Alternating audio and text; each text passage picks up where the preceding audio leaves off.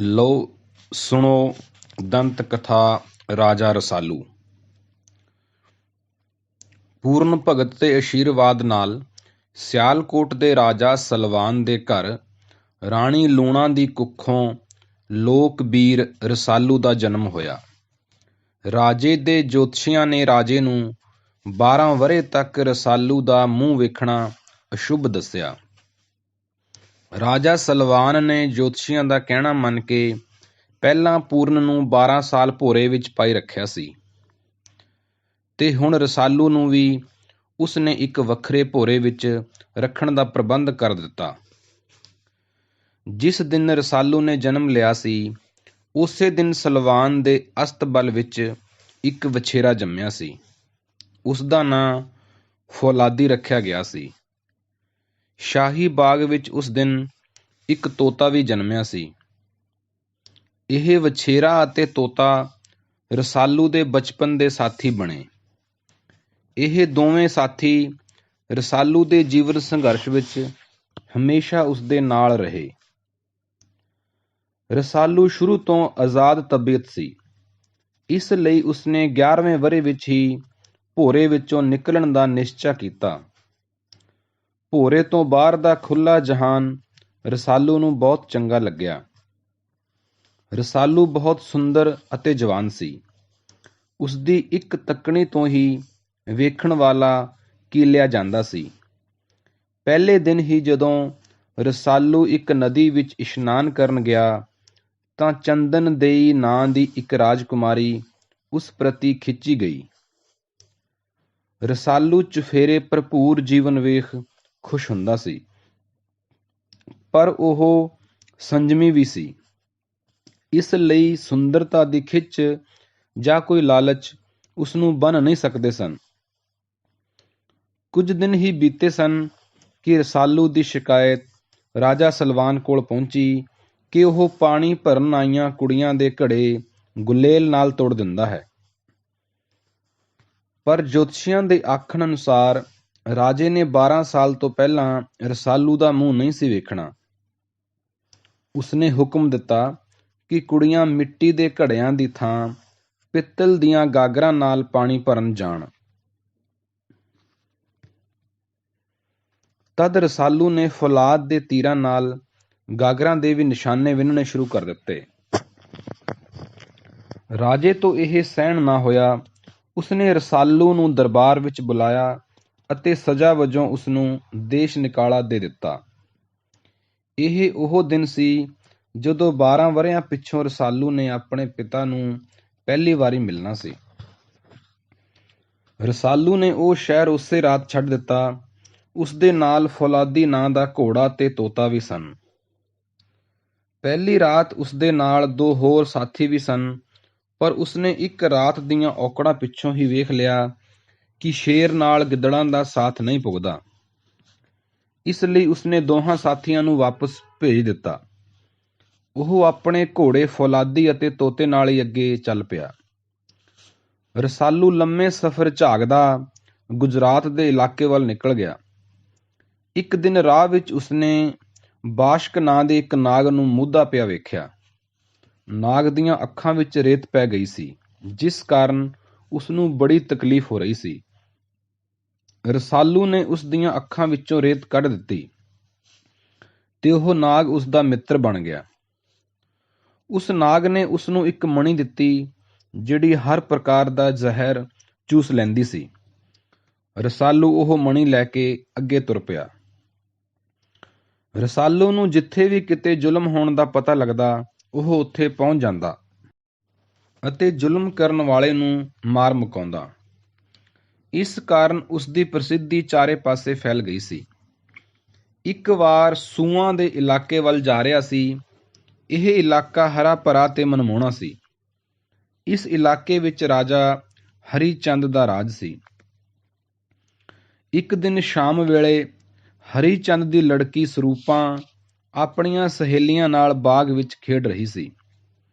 ਉੱਥੇ ਨੇੜੇ ਹੀ ਰਸਾਲੂ ਆਰਾਮ ਕਰ ਰਿਹਾ ਸੀ। ਰਸਾਲੂ ਨੇ ਸਰੂਪਾਂ ਨੂੰ ਵੇਖਿਆ ਤਾਂ ਉਹ ਉਸ ਤੇ ਮੋਹਿਤ ਹੋ ਗਿਆ। ਰਸਾਲੂ ਉਸ ਨਾਲ ਵਿਆਹ ਕਰਵਾਉਣ ਬਾਰੇ ਸੋਚਣ ਲੱਗਾ। ਜਦੋਂ ਰਸਾਲੂ ਰਾਜਾ ਹਰੀ ਚੰਦ ਦੇ ਸ਼ਹਿਰ ਪੁੱਜਾ ਤਾਂ ਪਤਾ ਲੱਗਾ ਕਿ ਰਾਜੇ ਨੇ ਸਰੂਪਾਂ ਦਾ ਵਿਆਹ ਉਸ ਸੂਰਬੀਰ ਨਾਲ ਕਰਨ ਦਾ ਐਲਾਨ ਕੀਤਾ, ਜਿਹੜਾ ਇੱਕ ਵਿਸ਼ੇਸ਼ ਪ੍ਰਕਾਰ ਦੇ ਜੰਤਰ ਵਿੱਚ ਤੀਰ ਮਾਰ ਕੇ ਸੁਨਹਿਰੀ ਮੱਛੀ ਨੂੰ ਫੁੰਡੇਗਾ। ਰਸਾਲੂ ਨੇ ਆਪਣੀ ਤੀਰ ਅੰਦਾਜ਼ੀ ਦੇ ਹੁਨਰ ਸਦਕਾ ਸੁਨਹਿਰੀ ਮੱਛੀ ਨੂੰ ਫੁੰਡ ਦਿੱਤਾ। ਉਸ ਵੇਲੇ ਰਾਜਾ ਹਰੀਚੰਦ ਨੂੰ ਖਬਰ ਪਹੁੰਚ ਗਈ ਕਿ ਰਸਾਲੂ ਨੇ ਉਸ ਦੀ ਧੀ ਦੇ ਵਿਆਹ ਦੀ ਸ਼ਰਤ ਜਿੱਤ ਲਈ ਹੈ। ਤਦ ਰਾਜੇ ਨੇ ਰਸਾਲੂ ਨੂੰ ਬੜੇ ਆਦਰ ਸਤਿਕਾਰ ਨਾਲ ਬੁਲਾਇਆ ਅਤੇ ਉਸ ਨਾਲ ਆਪਣੀ ਧੀ ਦਾ ਵਿਆਹ ਕਰਨਾ ਮੰਨ ਲਿਆ। ਰਾਜੇ ਰਸਾਲੂ ਨਾਲ ਸਰੂਪਾਂ ਦੀ ਮੰਗਣੀ ਹੀ ਹੋਈ ਸੀ ਕਿ ਰਸਾਲੂ ਨੂੰ ਪਤਾ ਲੱਗ ਗਿਆ ਕਿ ਸਰੂਪਾਂ ਇੱਕ ਸੁਨਿਆਰੇ ਦੇ ਲੜਕੇ ਨੂੰ ਪਿਆਰ ਕਰਦੀ ਹੈ। ਰਸਾਲੂ ਨੇ ਰਾਜੇ ਹਰੀਚੰਦ ਨੂੰ ਸਮਝਾ ਬੁਝਾ ਕੇ ਸਰੂਪਾਂ ਦਾ ਵਿਆਹ ਸੁਨਿਆਰੇ ਦੇ ਲੜਕੇ ਨਾਲ ਕਰਵਾ ਦਿੱਤਾ। ਦੋਹਾਂ ਨੂੰ ਰਸਾਲੂ ਨੇ ਸ਼ੁਭ ਕਾਮਨਾਵਾਂ ਦਿੱਤੀਆਂ। ਰਸਾਲੂ ਅੱਗੇ ਤੁਰ ਪਿਆ। ਉਸਨੇ ਆਪਣੇ ਰਾਹ ਵਿੱਚ ਆਉਂਦੇ ਹੋਏ ਉਹਨਾਂ ਰਾਖਸ਼ਾਂ ਅਤੇ ਨਾਗਾਂ ਦਾ ਨਾਸ਼ ਕੀਤਾ ਜਿਨ੍ਹਾਂ ਤੋਂ ਲੋਕ ਬੇਹੱਦ ਦੁਖੀ ਸਨ। ਇਸ ਸਮੇਂ ਉਸਨੂੰ ਖਬਰ ਮਿਲੀ ਕਿ ਸਿਰਕੱਪ ਨਾਂ ਦਾ ਰਾਜਾ ਲੋਕਾਂ ਤੇ ਬਹੁਤ ਜ਼ੁਲਮ ਕਰ ਰਿਹਾ ਹੈ। ਉਹ ਸਿਰਕੱਪ ਦੇ ਸ਼ਹਿਰ ਵੱਲ ਚੱਲ ਪਿਆ। ਰਾਹ ਵਿੱਚ ਉਸਨੇ ਇੱਕ ਲਾਸ਼ ਵੇਖੀ। ਜਾਨਵਰ ਉਸ ਲਾਸ਼ ਦੀ ਦੁਰਗਤ ਕਰ ਰਹੇ ਸਨ। ਰਾਜਾ ਰਸਾਲੂ ਨੇ ਕਬਰ ਪੁੱਟ ਕੇ ਉਸ ਨੂੰ ਦਫਨਾਉਣਾ ਚਾਹਿਆ। ਕਹਿੰਦੇ ਹਨ ਉਸ ਵੇਲੇ ਉਹ ਲਾਸ਼ ਬੋਲ ਪਈ। ਉਹ ਲਾਸ਼ ਸਿਰਕੱਪ ਦੇ ਭਰਾ ਸਿਰਮੁਖ ਦੀ ਸੀ। ਸਿਰਮੁਖ ਦੀ ਲਾਸ਼ ਨੇ ਦੱਸਿਆ ਕਿ ਰਾਜਾ ਸਿਰਕੱਪ ਇੱਕ ਕਪਟੀ ਰਾਜਾ ਹੈ। ਉਹ ਸਿਰਾਂ ਦੀ ਬਾਜੀ ਲਾ ਕੇ ਚੌਪੜ ਖੇਡਦਾ ਹੈ, ਪਰ ਹੇਰਾ ਫੇਰੀ ਨਾਲ ਚੌਪੜ ਜਿੱਤ ਜਾਂਦਾ ਹੈ, ਹਾਰਨ ਵਾਲੇ ਨੂੰ ਮਾਰ ਦਿੰਦਾ ਹੈ। ਉਸਨੇ ਆਪਣੇ ਭਰਾ ਸਿਰਮੁਖ ਦਾ ਲਿਹਾਜ਼ ਨਹੀਂ ਕੀਤਾ। ਸਿਰਕੱਪ ਨੇ ਉਸ ਨੂੰ ਕਪਟ ਨਾਲ ਚੌਪੜ ਵਿੱਚ ਹਰਾ ਕੇ ਮਾਰ ਦਿੱਤਾ। ਉਸ ਦਾ ਰਾਜ ਹੜਪ ਲਿਆ। ਸਿਰਮੁਖ ਦੀ ਲਾਸ਼ ਨੇ ਦੱਸਿਆ ਕਿ ਸਿਰਕੱਪ ਕੋਲ ਇੱਕ ਚੂਹਾ ਹੈ ਜਿਹੜਾ ਚੌਪੜ ਖੇਡਣ ਸਮੇਂ ਉਸ ਦੀ ਮਦਦ ਕਰਦਾ ਹੈ। ਜੇ ਰਸਾਲੂ ਆਪਣੇ ਨਾਲ ਬਿੱਲੀ ਲੈ ਜਾਵੇ ਤਾਂ ਬਿੱਲੀ ਤੋਂ ਚੂਹਾ ਡਰਦਾ ਮਾਰਾ ਬਾਹਰ ਨਹੀਂ ਆਵੇਗਾ। ਉਸਨੇ ਇਹ ਵੀ ਕਿਹਾ ਕਿ ਜਦੋਂ ਰਸਾਲੂ ਸਿਰਕੱਪ ਨਾਲ ਚੌਪੜ ਖੇਡੇ ਤਾਂ ਪਾਸਾ ਆਪਣਾ ਵਰਤੇ। ਇਹ ਸਭ ਸੁਣ ਕੇ ਰਾਜਾ ਰਸਾਲੂ ਨੂੰ ਸਿਰਕੱਪ ਤੇ ਬਹੁਤ ਗੁੱਸਾ ਆਇਆ। ਉਹ ਸਿਰਕੱਪ ਨੂੰ ਖਤਮ ਕਰਨ ਲਈ ਉਸ ਦੇ ਸ਼ਹਿਰ ਵੱਲ ਚੱਲ ਪਿਆ। ਰਾਜਾ ਸਿਰਕੱਪ ਦੇ ਸ਼ਹਿਰ ਦੇ ਬਾਹਰ ਇੱਕ ਘੁਮਿਆਰ ਦਾ ਘਰ ਸੀ।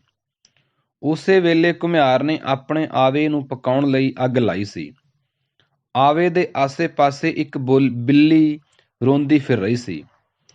ਉਸ ਦੇ ਬਲੂੰਗੜੇ ਆਵੇ ਵਿੱਚ ਪਏ ਸਨ। ਬਿੱਲੀ ਦੀ ਹਾਲਤ ਵੇਖ ਕੇ ਰਸਾਲੂ ਨੂੰ ਬੜਾ ਤਰਸ ਆਇਆ। ਉਸਨੇ ਘੁਮਿਆਰ ਨੂੰ ਪੁੱਛਿਆ ਕਿ ਬਲੂੰਗੜੇ ਕਿਵੇਂ ਬਚਾਏ ਜਾਣ। ਘੁਮਿਆਰ ਨੇ ਕਿਹਾ ਕਿ ਜੇ ਹੁਣ ਮੈਂ ਆਵੇ ਦੀ ਅੱਗ ਬੁਝਾਵਾਂਗਾ ਤਾਂ ਬਿੱਲੀ ਦੇ ਬੱਚੇ ਬਚ ਜਾਣਗੇ, ਪਰ ਮੇਰੇ ਭਾਂਡੇ ਤਬਾਹ ਹੋ ਜਾਣਗੇ।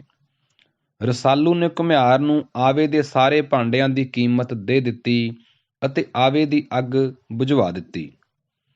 ਬਿੱਲੀ ਆਪਣੇ ਬੱਚਿਆਂ ਨੂੰ ਸਲਾਮਤ ਵੇਖ ਕੇ ਬੜੀ ਖੁਸ਼ ਹੋਈ। ਉਸਨੇ ਇੱਕ ਬਲੂੰਗੜਾ ਰਸਾਲੂ ਨੂੰ ਦੇ ਦਿੱਤਾ ਤੇ ਕਿਹਾ, ਹੋ ਸਕਦਾ ਹੈ ਕਦੀ ਇਹ ਤੇਰੀ ਮਦਦ ਕਰੇ। ਰਸਾਲੂ ਬਲੂੰਗੜੇ ਨੂੰ ਲੈ ਕੇ ਰਾਜਾ ਸਿਰਕੱਪ ਦੀ ਨਗਰੀ ਵਿੱਚ ਦਾਖਲ ਹੋ ਗਿਆ। ਸਿਰਕੱਪ ਨੂੰ ਉਸਦੇ ਸੂਹੀਆਂ ਨੇ ਰਸਾਲੂ ਦੇ ਆਉਣ ਬਾਰੇ ਦੱਸ ਦਿੱਤਾ ਸੀ। ਸਿਰਕੱਪ ਨੇ ਰਸਾਲੂ ਦੇ ਰਾਹ ਵਿੱਚ ਬੜੀਆਂ ਰੁਕਾਵਟਾਂ ਪਾਉਣ ਦੀ ਕੋਸ਼ਿਸ਼ ਕੀਤੀ, ਪਰ ਰਸਾਲੂ ਨੂੰ ਕੋਈ ਮੁਸ਼ਕਲ ਰੋਕ ਨਾ ਸਕੀ। ਉਹ ਰਾਜੇ ਸਿਰਕੱਪ ਦੇ ਮਹਿਲੀਂ ਜਾ ਪਹੁੰਚਿਆ ਤੇ ਉਸ ਨੂੰ ਚੌਪੜ ਖੇਡਣ ਲਈ ਲਲਕਾਰਿਆ। ਸਿਰਕੱਪ ਨੇ ਕਿਹਾ ਕਿ ਰਸਾਲੂ ਅਜੇ ਆਰਾਮ ਕਰੇ, ਉਹ ਅਗਲੇ ਦਿਨ ਚੌਪੜ ਖੇਡੇਗਾ। ਸਿਰਕੱਪ ਨੇ ਰਸਾਲੂ ਨੂੰ ਜਿਸ ਕਮਰੇ ਵਿੱਚ ਠਹਿਰਾਇਆ ਉੱਥੇ ਜ਼ਹਿਰੀਲੀ ਹਵਾੜ ਸੀ। ਰਸਾਲੂ ਨੇ ਬਾਸ਼ਕ ਨਾਗ ਦੀ ਦਿੱਤੀ ਮਣੀ ਬਾਹਰ ਕੱਢ ਕੇ ਰੱਖੀ, ਜਿਸਨੇ ਕਮਰੇ ਦੀ ਸਾਰੀ ਜ਼ਹਿਰੀਲੀ ਹਵਾੜ ਚੂਸ ਲਈ। ਸਿਰਕੱਪ ਨੇ ਰਸਾਲੂ ਨੂੰ ਖਾਣੇ ਵਿੱਚ ਜ਼ਹਿਰ ਦੇ ਕੇ ਮਾਰਨ ਦੀ ਕੋਸ਼ਿਸ਼ ਕੀਤੀ, ਪਰ ਰਸਾਲੂ ਨੂੰ ਆਪਣੀ ਹੁਸ਼ਿਆਰੀ ਕਾਰਨ ਰਸਾਲੂ ਦੀ ਸਾਜ਼ਿਸ਼ ਬਾਰੇ ਪਹਿਲਾਂ ਹੀ ਪਤਾ ਲੱਗ ਗਿਆ। ਇਸ ਤਰ੍ਹਾਂ ਸਿਰਕੱਪ ਨੇ ਰਸਾਲੂ ਨੂੰ ਮਾਰਨ ਲਈ ਹੋਰ ਵੀ ਕਈ ਚਾਲਾਂ ਚੱਲੀਆਂ। ਦੂਜੇ ਦਿਨ ਸਿਰਕੱਪ ਤੇ ਰਸਾਲੂ ਚੌਪੜ ਖੇਡਣ ਬੈਠੇ। ਸਿਰਕੱਪ ਨੇ ਰਸਾਲੂ ਦਾ ਧਿਆਨ ਚੌਪੜ ਦੀ ਬਾਜ਼ੀ ਤੋਂ ਹਟਾਉਣ ਲਈ ਸੋਹਣੀਆਂ ਇਸਤਰੀਆਂ ਉਸਦੇ ਆਸੇ-ਪਾਸੇ ਘੁਮਾਉਣੀਆਂ ਆਰੰਭੀਆਂ, ਪਰ ਰਸਾਲੂ ਉੱਤੇ ਉਹਨਾਂ ਦਾ ਕੋਈ ਅਸਰ ਨਾ ਹੋਇਆ। ਰਸਾਲੂ ਕੋਲ ਬਿੱਲੀ ਦਾ ਬਲੂੰਗੜਾ ਸੀ, ਜਿਸ ਕਾਰਨ ਸਿਰਕੱਪ ਦਾ ਚੂਹਾ ਵੀ ਸਿਰਕੱਪ ਦੀ ਮਦਦ ਨਾ ਕਰ ਸਕਿਆ। ਰਸਾਲੂ ਨੇ ਆਪਣੇ ਪਾਸੇ ਨਾਲ ਚੌਪੜ ਖੇਡੀ। ਸਿਰਕੱਪ ਚੌਪੜ ਹਾਰ ਗਿਆ। ਉਸ ਵੇਲੇ ਸਿਰਕੱਪ ਨੂੰ ਖਬਰ ਮਿਲੀ ਕਿ ਉਸਦੇ ਘਰ ਇੱਕ ਕੁੜੀ ਨੇ ਜਨਮ ਲਿਆ ਹੈ। ਸਿਰਕੱਪ ਨੇ ਹੁਕਮ ਦਿੱਤਾ ਕਿ ਕੁੜੀ ਨੂੰ ਮਾਰ ਦਿਓ, ਇਹ ਮੇਰੇ ਲਈ ਨਹਿਸ਼ ਹੈ। ਪਰ ਰਸਾਲੂ ਨੇ ਕਿਹਾ ਕਿ ਉਸ ਲਈ ਉਹ ਕੁੜੀ ਭਾਗਾਂ ਵਾਲੀ ਹੈ, ਇਸ ਲਈ ਉਸ ਨੂੰ ਨਾ ਮਾਰਿਆ ਜਾਵੇ। ਜਦੋਂ ਉਹ ਵੱਡੀ ਹੋ ਜਾਵੇਗੀ ਤਾਂ ਉਹ ਉਸ ਨਾਲ ਵਿਆਹ ਕਰਵਾ ਲਵੇਗਾ। ਸਿਰਕੱਪ ਨੇ ਇਹ ਸੁਝਾਅ ਮੰਨ ਲਿਆ। ਰਸਾਲੂ ਸਿਰਕੱਪ ਨੂੰ ਮਾਰਨ ਲੱਗਾ ਤਾਂ ਸਿਰਕੱਪ ਨੇ ਨਵੀਂ ਜੰਮੀ ਧੀ ਦਾ ਵਾਸਤਾ ਪਾ ਕੇ ਆਪਣੀ ਜਾਨ ਦੀ ਖੈਰ ਮੰਗੀ। ਤਦ ਰਾਜਾ ਰਸਾਲੂ ਨੇ ਸਿਰਕੱਪ ਨੂੰ ਮਾਫ਼ ਕਰ ਦਿੱਤਾ। ਸਿਰਕੱਪ ਨੇ ਅੱਗੇ ਤੋਂ ਨੇਕੀ ਨਾਲ ਰਾਜ ਕਰਨ ਦਾ ਪ੍ਰਣ ਕੀਤਾ। ਸਿਰਕੱਪ ਦੀ ਨਵੀਂ ਜੰਮੀ ਧੀ ਦਾ ਨਾਂ ਕੋਕਲਾ ਰੱਖਿਆ ਗਿਆ ਸੀ। ਰਾਜਾ ਰਸਾਲੂ ਨੇ ਕੋਕਲਾਂ ਲਈ ਕਿਸੇ ਥਾਂ ਇੱਕ ਸੁੰਦਰ ਮਹਿਲ ਉਸਾਰਨ ਦੀ ਸੋਚੀ। ਉਹ ਕਿਸੇ ਚੰਗੀ ਥਾਂ ਦੀ ਭਾਲ ਵਿੱਚ ਫਿਰਨ ਲੱਗਾ। ਰਾਹ ਵਿੱਚ ਉਸਨੂੰ ਇੱਕ ਸੱਪਣੀ ਮਿਲ ਗਈ। ਸੱਪਣੀ ਨੇ ਰਸਾਲੂ ਨੂੰ ਡੰਗਣਾ ਚਾਹਿਆ, ਪਰ ਰਸਾਲੂ ਨੇ ਉਸਨੂੰ ਮਾਰ ਦਿੱਤਾ। ਸੱਪਣੀ ਨੇ ਰਸਾਲੂ ਨੂੰ ਸਰਾਪ ਦੇ ਦਿੱਤਾ। ਸਰਾਪ ਤੋਂ ਮੁਕਤੀ ਪ੍ਰਾਪਤ ਕਰਨ ਲਈ ਰਸਾਲੂ ਨੂੰ 12 ਸਾਲ ਹੋਰ ਕੋਕਲਾਂ ਤੋਂ ਦੂਰ ਰਹਿਣਾ ਪੈਣਾ ਸੀ। ਰਸਾਲੂ ਨੇ ਕੋਕਲਾਂ ਨੂੰ ਮਹਿਲ ਵਿੱਚ ਲੈ ਆਂਦਾ।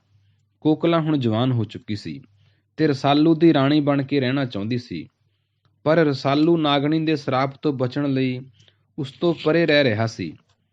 ਇੰਨੇ ਨੂੰ ਇੱਕ ਦਿਨ ਹੋਡੀ ਨਾਂ ਦਾ ਰਾਜਾ ਕੋਕਲਾਂ ਦੇ ਮਹਿਲ ਕੋਲੋਂ ਲੰਘਿਆ। ਉਹ ਕੋਕਲਾਂ ਨੂੰ ਵੇਖ ਕੇ ਉਸ ਦੇ ਰੂਪ ਤੇ ਮੋਹਿਤ ਹੋ ਗਿਆ। ਕੋਕਲਾਂ ਵੀ ਉਸ ਨੂੰ ਦਿਲ ਦੇ ਬੈਠੀ। ਰਾਜਾ ਰਸਾਲੂ ਨੂੰ ਆਪਣੇ ਤੋਤੇ ਤੋਂ ਹੋਡੀ ਤੇ ਕੋਕਲਾਂ ਦੀ ਕਰਤੂਤ ਦਾ ਪਤਾ ਲੱਗਾ ਤਾਂ ਉਸ ਨੂੰ ਬੜਾ ਗੁੱਸਾ ਆਇਆ। ਉਸਨੇ ਹੋਡੀ ਨੂੰ ਮਾਰ ਦਿੱਤਾ। ਹੋਡੀ ਦੀ ਮੌਤ ਦੀ ਖਬਰ ਸੁਣ ਕੇ ਕੋਕਲਾਂ ਵੀ ਮਹਿਲ ਉੱਤੋਂ ਛਾਲ ਮਾਰ ਕੇ ਮਰ ਗਈ। ਕੋਕਲਾਂ ਦੀ ਮੌਤ ਤੋਂ ਬਾਅਦ ਰਾਜਾ ਰਸਾਲੂ ਦਾ ਮਨ ਬੜਾ ਉਦਾਸ ਹੋ ਗਿਆ। ਉਹ ਇਲਾਕਾ ਛੱਡ ਕੇ ਰਾਵਲਪਿੰਡੀ ਦੇ ਇਲਾਕੇ ਵੱਲ ਆ ਗਿਆ। ਉਸ ਇਲਾਕੇ ਵਿੱਚ ਇੱਕ ਡੈਣ ਰਹਿੰਦੀ ਸੀ। ਉਸ ਡੈਣ ਨੇ ਤਬਾਹੀ ਮਚਾਈ ਹੋਈ ਸੀ। ਲੋਕਾਂ ਦੀ ਪੁਕਾਰ ਸੁਣ ਕੇ ਰਸਾਲੂ ਡੈਣ ਨੂੰ ਮਾਰਨ ਲਈ ਤੁਰ ਪਿਆ। ਅੱਗੇ ਬਹੁਤ ਦੂਰ ਜਾ ਕੇ ਉਸ ਨੂੰ ਉਹ ਡੈਣ ਮਿਲੀ, ਪਰ ਇਸ ਤੋਂ ਪਹਿਲਾਂ ਕਿ ਉਹ ਡੈਣ ਦਾ ਖਾਤਮਾ ਕਰਦਾ, ਡੈਣ ਨੇ ਮੰਤਰ ਪੜ੍ਹ ਕੇ ਰਸਾਲੂ ਨੂੰ ਪੱਥਰ ਬਣਾ ਦਿੱਤਾ। ਰਸਾਲੂ ਘੋੜੇ ਸਮੇਤ ਸੈਲ ਪੱਥਰ ਹੋ ਗਿਆ। ਲੋਕਾਂ ਦਾ ਵਿਸ਼ਵਾਸ ਹੈ ਕਿ ਫਿਰ ਜਦੋਂ ਵੀ ਧਰਤੀ ਤੇ ਜ਼ੁਲਮ ਵਧੇਗਾ ਤਾਂ ਰਸਾਲੂ ਸੁਰਜੀਤ ਹੋ ਜਾਵੇਗਾ ਅਤੇ ਜ਼ਾਲਮਾਂ ਦਾ ਨਾਸ਼ ਕਰਕੇ ਦਮ ਲਏਗਾ। ਧੰਨਵਾਦ।